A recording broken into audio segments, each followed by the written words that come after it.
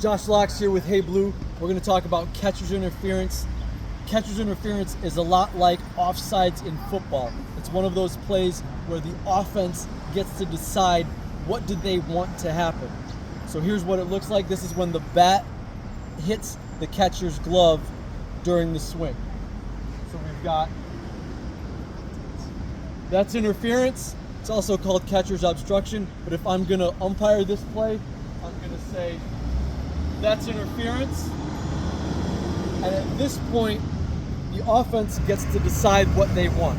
Now on that play, that's a swing and a miss. We got batter goes to first base. We've got no balls, no strikes, no outs, and our catcher's interference occurs. That's interference. Meanwhile, the runner stole third base. We have to ask the coach, do you want runner on third base, one strike on the batter, or do you want runners on first and second and the next guy up to bat? The offense gets to decide, do they take the result of the play, which is strike, safe at third, or do they want two runners on base, but that runner has to go back? We have one more play where the batter actually makes contact with the ball despite the catcher's interference. So in this situation, there's a runner on third base,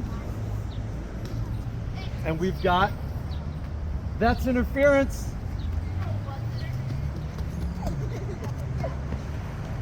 Wait till the play is over. They got the runner out at first base. You have to ask the coach, what do they want to happen? Because maybe it's a tie game and that run scoring gives them the lead. Maybe they want the next guy up. So you have to ask. It either becomes runners on first and third with no outs, or the run scored and the batter's out, so there's one out. The coach gets the option on catcher's interference.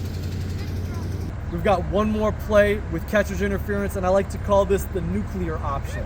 And that is on a squeeze play when catcher's interference occurs. So we've got a runner on third base, and that runner is stealing home, and the bunt is being attempted, and the catcher's very excited, and he goes through. That's interference. Time, that's interference. In this case, we are going to award the runner home, and we are going to give the batter first base. Now that's different from the other plays. This is not an option play.